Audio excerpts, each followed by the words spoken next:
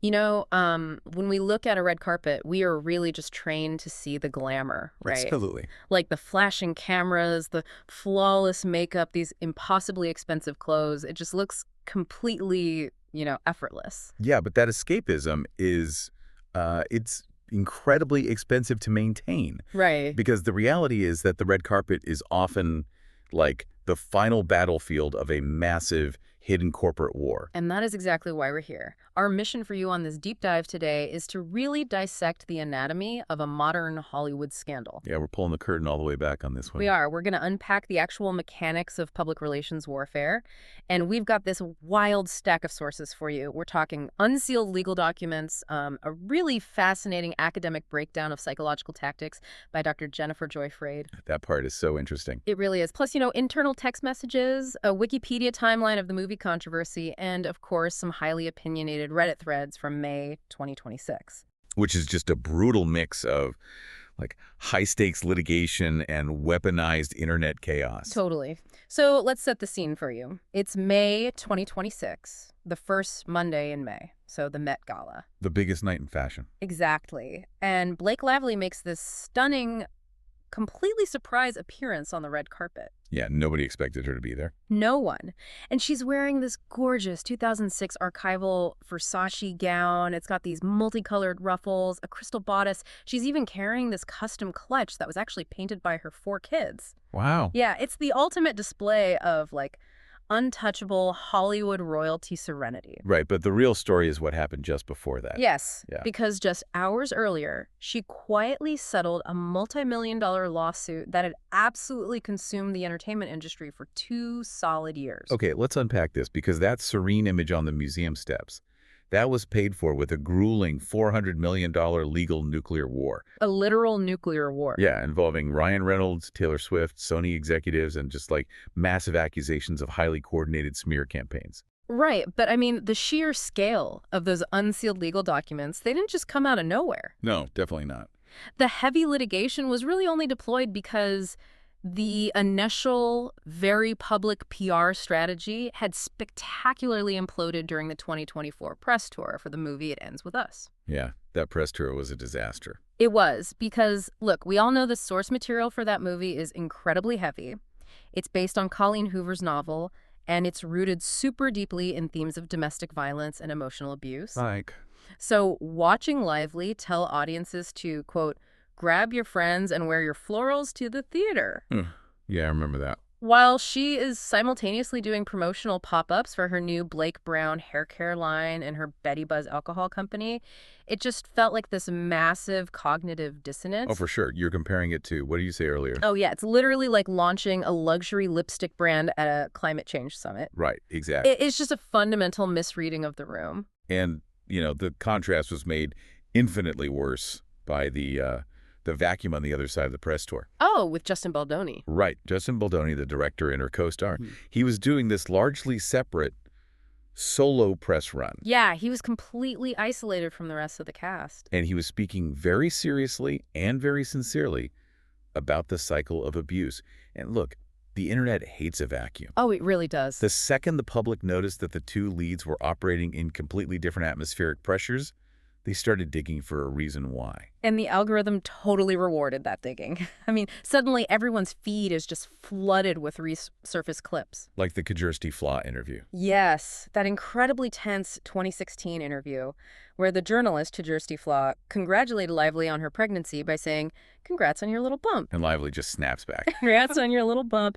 And then she proceeded to completely ice the reporter out for the rest of the interview. It was so brutal to watch. Plus, all that old drama with her Gossip Girl co-star Leighton Meester was coming back up. Yeah, people really felt like they were seeing a curated mask slip, Right.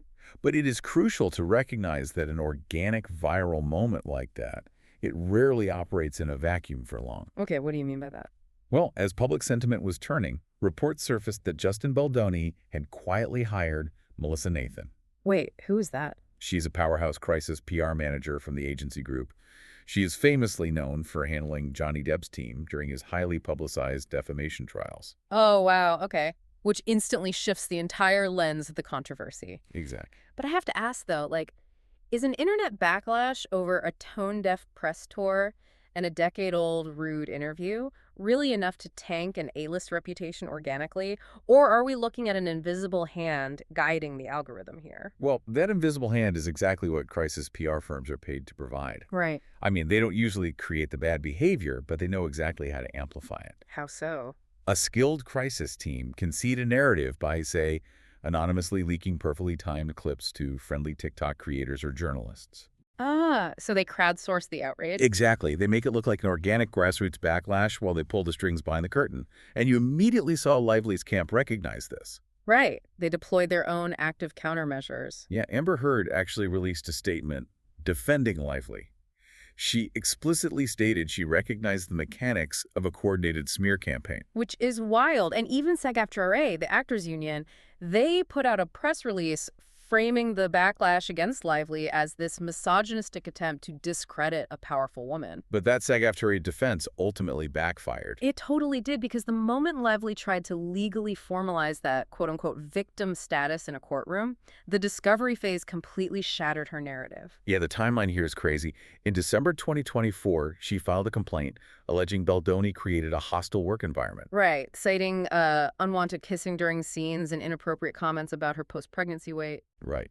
And Baldoni countered with a massive $400 million lawsuit against Lively, Ryan Reynolds, their publicists, and even the New York Times. The New York Times. Yeah. Claiming Lively was the one who hijacked the film and used false harassment allegations to extort creative control. Which leads us to those unsealed documents. Yes. What's fascinating here is the January 2026 unsealed discovery exhibits from that lawsuit. They are just staggering. Because they reveal the raw mechanics of structural power in Hollywood. Exactly. I mean, internal Sony Pictures communications showed senior executives privately calling Lively a effing terrorist. Jeez. Yeah, who orchestrated all this drama in a totally unsavvy and amateur way.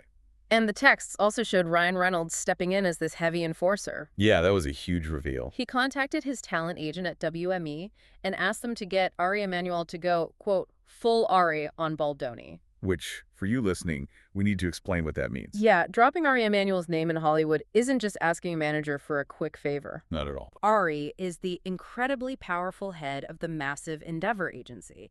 If he gets angry at a studio or a director, he has the leverage to pull dozens of A-list actors from their upcoming projects. Right. Going full Ari means threatening to freeze someone out of the entire industry ecosystem. Reynolds was essentially threatening a structural blockade. And the leverage didn't stop with agency blockades. I mean, Taylor Swift got involved. Which is crazy because Swift's representatives had previously claimed she had absolutely no involvement in the film's creative decisions. I know, but the unsealed texts showed Swift and Lively heavily strategizing. Swift actually helped Lively rewrite a scene to pressure Baldoni into accepting their final cut. She literally texted her, "I'll do anything for you." Yeah, and they were even weaponizing trailer music. Oh, this part blew my mind. Swift advised Lively to hold back her song, My Tears Ricochet, from the film's marketing materials. Right, because in the modern movie business, a Taylor Swift song in your trailer guarantees millions of instant organic views. It's a total golden ticket. Exactly. By withholding it, Swift told Lively, that gives you more power over the film. That's your ally, not his. They were strategically starving the director of marketing assets just to force his hand. Which honestly brings us to the core legal paradox of this entire scandal. Right, because I'm looking at these texts and I'm totally lost. Yeah. I mean, if she has Taylor Swift rewriting scenes and Ryan Reynolds threatening to use Ari Emanuel to blacklist the director, and she is basically dictating the marketing materials, she's the boss. Oh, exactly. How can she possibly go to court and legally claim to be a powerless victim suffering in a hostile workplace? Well, she couldn't. And that is precisely why Judge Louis J. Lyman dismissed the vast majority of Lively's claims, including the sexual harassment allegations, in April 2026. Okay, break that legal logic down for us. So, employment law regarding a hostile work environment was historically designed to protect, say, the secretary from the CEO. Right, someone who literally cannot protect themselves or push back without losing their livelihood. Exactly. Yeah. The judge essentially looked at the evidence and told Lively, you are the CEO. You cannot legally be bullied by an employee whom you have the overwhelming power to overrule and replace. Wow. And the court even pointed to a letter Lively herself wrote to the Producers Guild, right? Yeah, the PGA. That's the governing body that literally decides who gets the official credit and the back-end profits on a movie. And what does she say in it? Lively wrote to them, bragging that she produced every moment of the film. So she gave the court written proof that she was in charge. Yes, you cannot wield the structural leverage of an oligarch and the legal protections of a subordinate at the same time.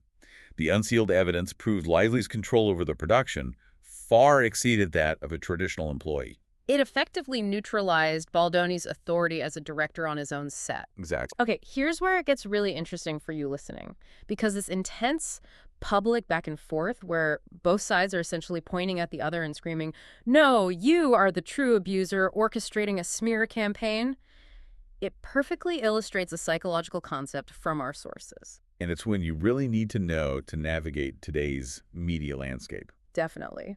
It's an acronym pioneered by Dr. Jennifer Joy Fred, who is a really prominent psychologist and researcher. Yeah. DARVO. Right. DARVO, D-A-R-V-O. What does it stand for? Deny, attack, reverse victim, and offender. Okay. Dr. Fried's peer-reviewed research, specifically her landmark studies from 2017 and 2020, outlines DARVO as this highly effective, very predictable tactic used by wrongdoers when they are held accountable. Okay, so how does it actually play out? First, they deny the behavior ever happened. Mm-hmm. Then, they attack the credibility or the motives of the person confronting them. Right. And finally, they reverse the roles entirely.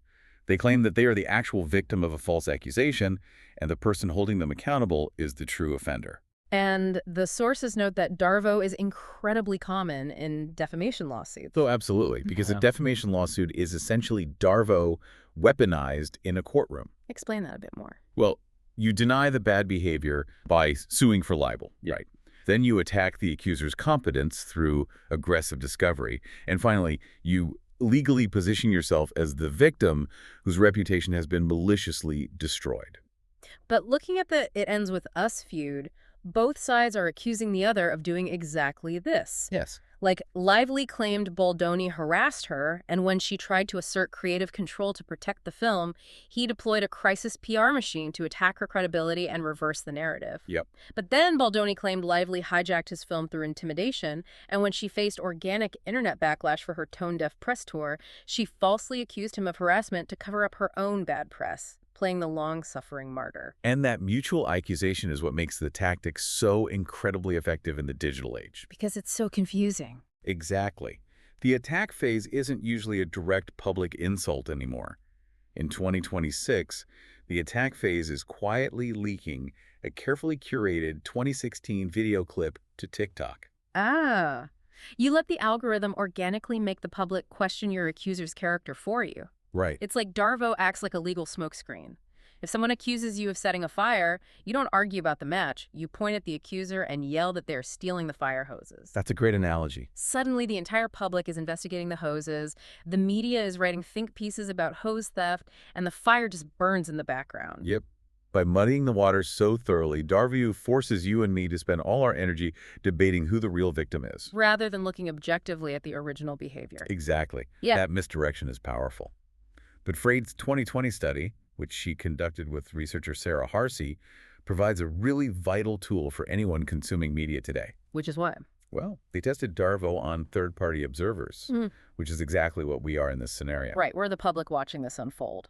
And they found that simply educating people about the mechanics of DARVO significantly mitigates its effectiveness. Oh, wow. So just knowing about it helps. Exactly. When you learn to spot the pattern, deny, attack, reverse victim, and offender, you stop getting swept away by the emotional drama of the fire hoses. You step back. Right.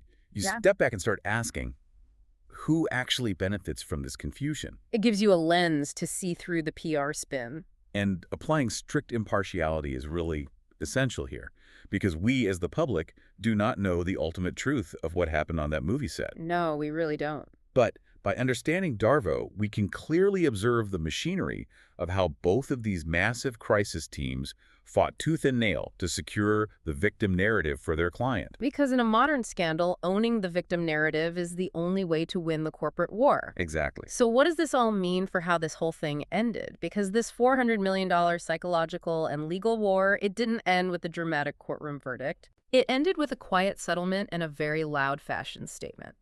Just 2 weeks before the May 2026 trial was set to begin, Lively and Wayfarer Studios settled out of court. Just like that. Yep. Lively voluntarily dismissed her remaining claims, and literally hours later, she is walking the steps of the Met Gala. It is the ultimate PR salvage operation. Right. And the sources show this really fascinating moment from that night.